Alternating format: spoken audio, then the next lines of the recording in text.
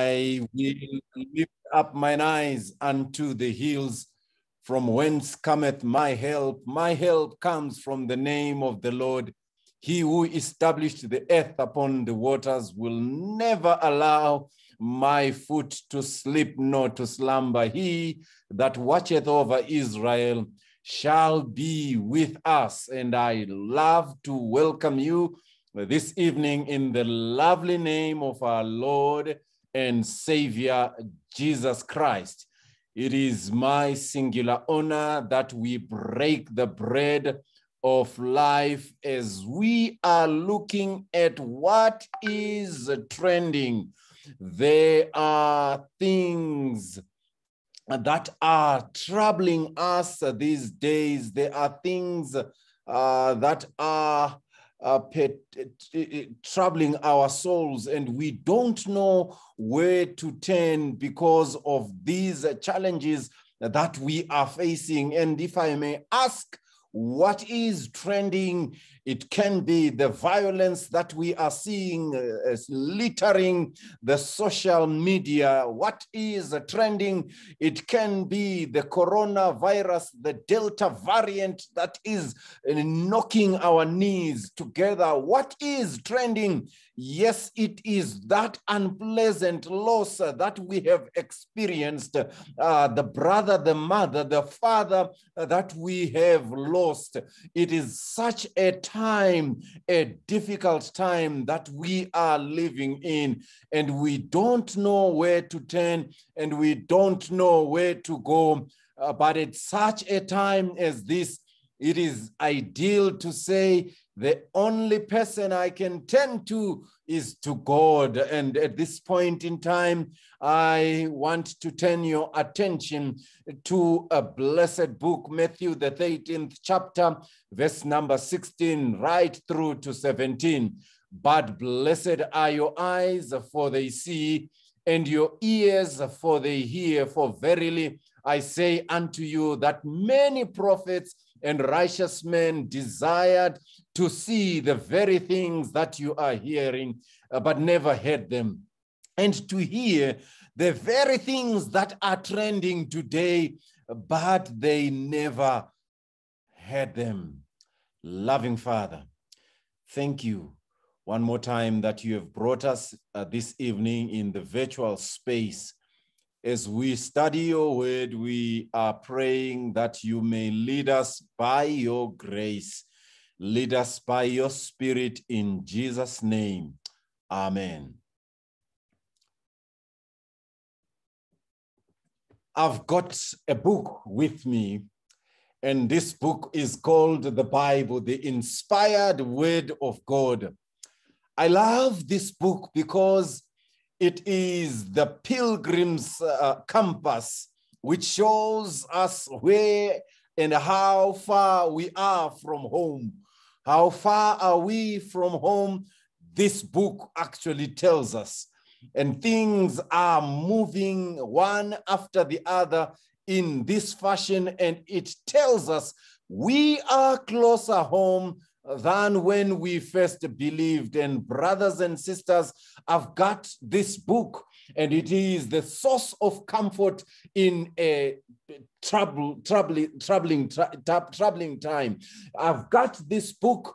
It is a source of comfort when the crisis pictures are trending in our minds, and this is the book that I have got. I've got this book. Let us study this book carefully, for it is the book that is going to help us to discover that the sick man breaks new ground. It is unlikely for a sick man to break new ground. Our subject for this evening is entitled, The Sick Man Breaks New Ground. I pray that we may be blessed as we study his word.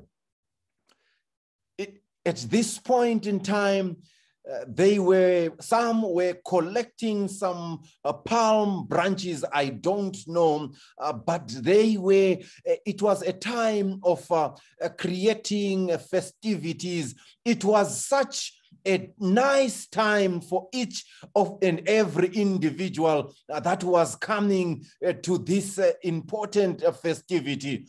And at this point in time, little children went there and they were sent to collect palm branches.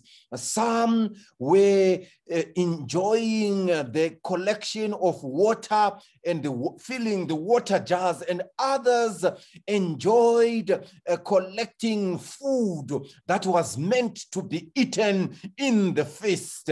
And at this time, this was a great and a memorable, and everybody desired to be part of this feast. And so Jesus also was about to join that kind of a feast. The Bible tells us that it was the feast of the Jews. And also Jesus went up to Jerusalem. And as he went up to Jerusalem, he then chose to pass through a certain gate. And this was a very special gate. It was called the Sheep Gate. And just by the Sheep Gate, which is called in the Hebrew language Bethesda, there were 5 porches which had, there were 5 porches, and there was a pool by the Sheep Gate. And what used to happen is that the angel of the Lord went down a certain time into the pool and stirred up the water. And whoever stepped in first after stirring the waters was made well. I can imagine in my eye of my imagination, I don't know how the angel would stir the waters, but the Bible tells us that the angel would do that kind of a thing. I don't know what was happening, but what I am seeing is the jostling as people are trying to get into the pool. One gets first and the other one misses and says, next time I'm going to be the one.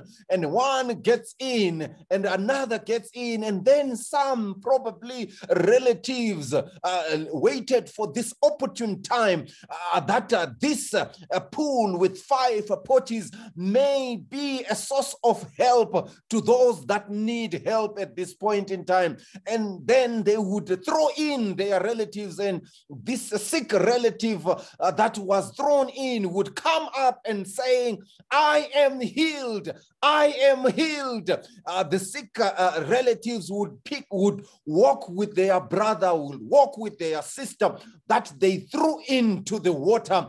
And now it is time to rejoice because their sick brother has been well. Their sick brother has been made well. But the Bible tells me that Jesus, the carpenter who broke new ground, Jesus who turns the water into wine. I am talking about Jesus, the one who divided the times. Jesus, the King of Kings and the Lord of Lords.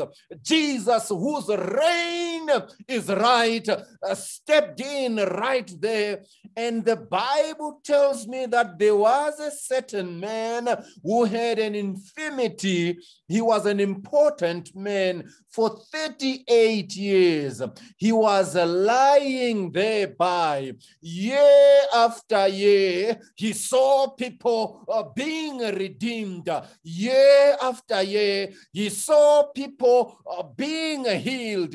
Year after year, he saw people finding their needed emotional release.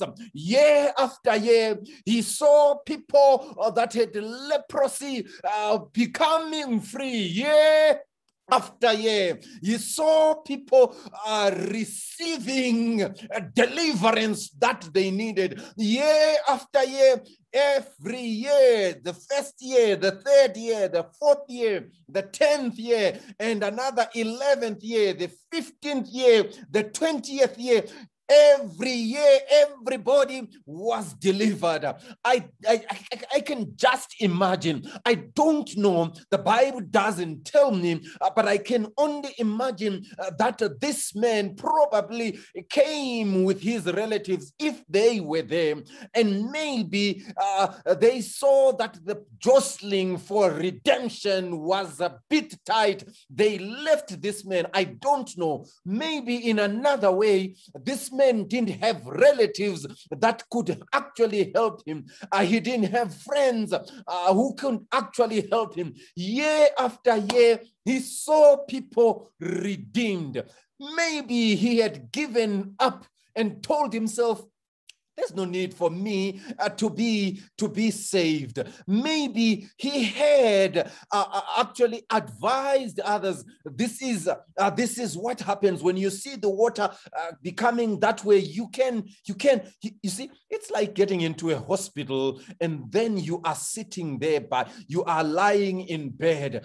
This neighbor, this other person on the right hand manages to get out of hospital. And the next individual comes in and he leaves you there. The next individual comes and he leaves you there. The next individual comes and he leaves you there.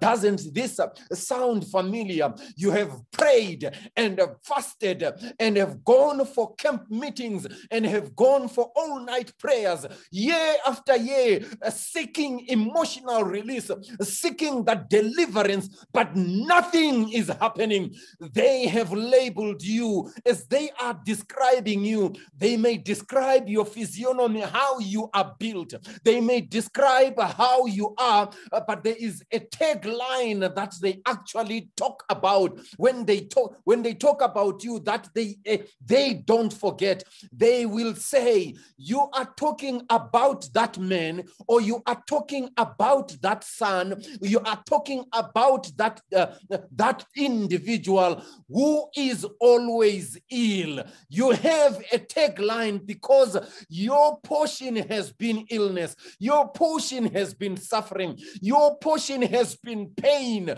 Chain has been rankling through your joints, through your pain.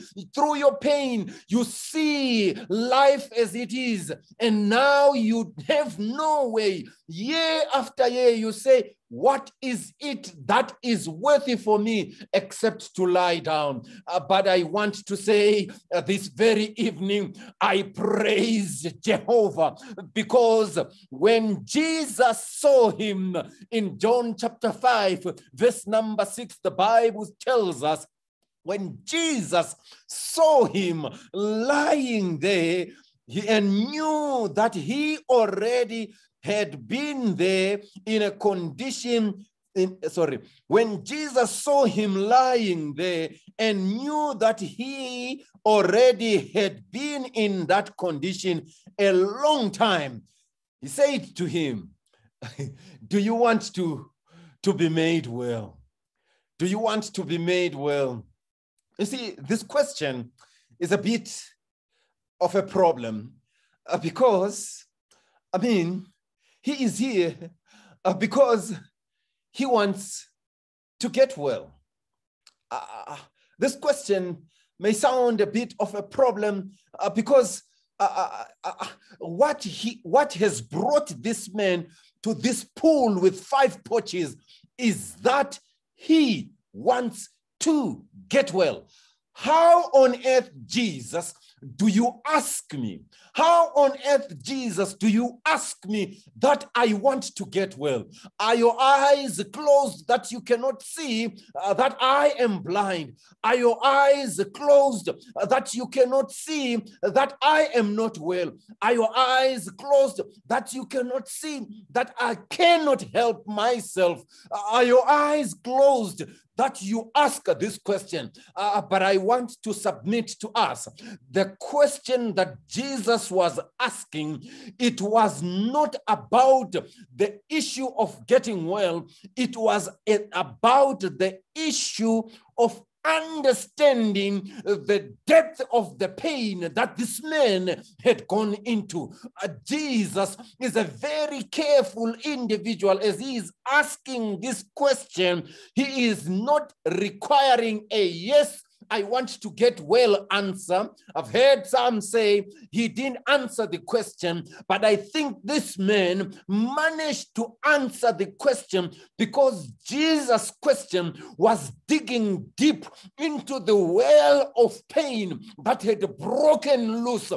Jesus' question was digging deep into the crevices that this man was kept into. Jesus' question was digging deep, trying to understand the emotional brokenness of staying beside the pool for 38 years. Jesus' question was trying to understand the social disconnectedness that this individual had. Jesus' question was trying to help this individual to tap in and understand that by myself and through myself, I cannot help myself. So the sick man, verse number 7 tells me that the sick man answered him and said, say. He addresses him knowing that this is where the answer comes from. Say, I have no man to put me in the pool when the water is stirred up. I have no man to put me in the pool when the water is stirred up. But while I am coming, another steps down before me. So this man says, I've got a problem here. The problem that I'm having is that I've got no man. No one can help me. No one can help me. No man can put, I've got no man. This becomes interesting because he is addressing the man himself, the one who divided the times between BC and AD. This becomes interesting because he is addressing the man who waved his hands and planets filled the empty skies. This becomes interesting because he is addressing the physician, the great physician, yes, the sympathizing Jesus. This becomes interesting because when he says, I have no man, the man is standing right in front of him and ready to deliver. This man says, I am here. And now Jesus says, don't worry about men because our salvation will not come from men. Do I hear somebody right here who is saying, as I try to tender in my tenders, somebody takes them because I have no man who is right there inside that board or committee to accept my tenders. Do I hear somebody saying, I have no man who can connect me to the right job that I want? Do I hear somebody saying, I am a university student, I have no man who can help me to get the grades that I want? Do I hear somebody saying, I have no man to put food on my table as a university student? Do I hear somebody saying, I have no man to become my husband? Do I hear somebody saying, I don't have any man? But the good news is that the man is standing right in front of you. The man is standing right in front of you. And he says today, he is going to say today, rise up and take your bed and walk. Did you just say, rise up and take your bed and walk? Did I hear you saying that kind of a thing? Yes, I said, yes, rise up and walk, because I have been seated for a long time. I don't see how this is possible. I don't see how it is possible. For 38 years, I have been locked down, damned in this very position. How on earth is it possible that I can rise rise up and walk? Can I rise and take my bed and walk? But praise be to God, the sick man breaks new ground, and he says, for 38 years, I have been down here, but Jesus has said, take your bed and walk. Take your bed and walk. No need to wait for the stirring of the pool. No need to wait for those men that can throw you in. Take your bed and walk. The biddings of Jesus are his enablings. Are you there, brother? Are you there, sister? And you are saying, Lord, I don't know how this can be done. Jesus says, rise. Rise, take your bed and walk. He may have dumped you. Rise, take your bed and walk. Break a new ground and trend in Jerusalem. They saw him walking and leaping and praising God. In the name of Jesus Christ, he had been redeemed. I don't know. Maybe he sang redeemed, or how I love to proclaim it, redeemed through his infinite mercy, his child forever I am. Take your bed and walk, my brother. Take your bed and walk, my sister. The emblem of your suffering, carry it, and show them that I have been on this bed for a long time, but now I am free. Carry the scars that the devil has inflicted on you. They may be visible. Carry that bed, carry it in joy, and show them that Jesus saves. Jesus saves. We have heard a joyful sound that Jesus is the answer to all the problems that we have. So, my dear brother, listen to me. If your heart is teachable, believe in him. He is believable. Depend upon him. He is dependable. When your hope is crushed and all is out, I offer you the mood stabilizer. He's going to help you as a sick man to break new ground. I offer you the heart fixer, the mind regulator, the firefighter, Jesus, the tyrant crusher. He is going to help you to break new ground. Help me, Lord Jesus. Help me, Holy Ghost.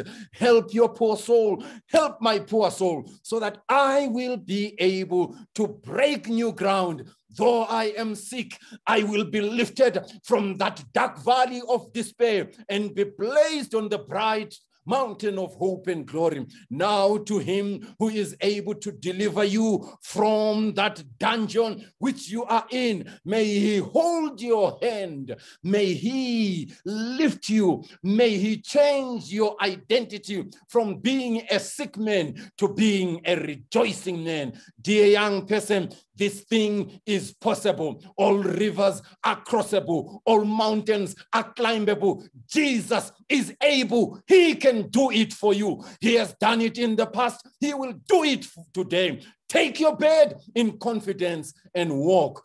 Jesus is going to lead you in that direction. May the Lord bless you. May he lift the light of his countenance upon you. May he give you peace, peace in your heart and peace in your homes, as you take your bed and walk and follow him in Jesus' name. Amen.